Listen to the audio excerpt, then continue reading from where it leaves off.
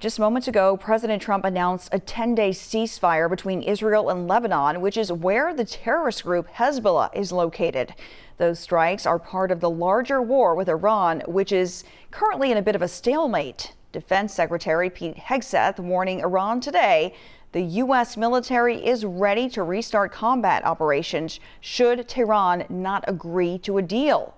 Natalie Brand reports from the White House. We are reloading with more power than ever before and better intelligence. Even more importantly, better intelligence than ever before. At a Pentagon briefing Thursday morning, Defense Secretary Pete Hegseth had a warning for Iran if it does not agree to a deal with the United States. If Iran chooses poorly, then they will have a blockade and bombs dropping on infrastructure, power, and energy.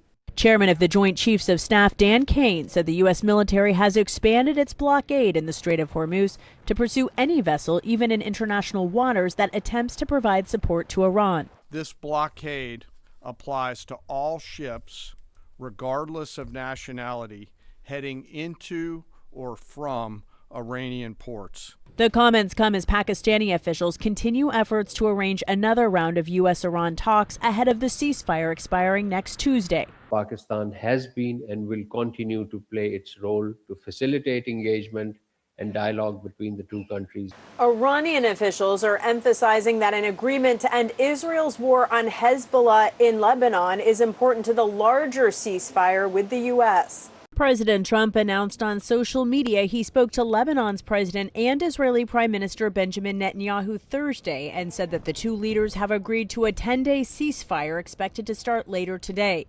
It comes days after diplomats from Israel and Lebanon met in Washington for the first time in decades. Natalie Brand, CBS News, the White House.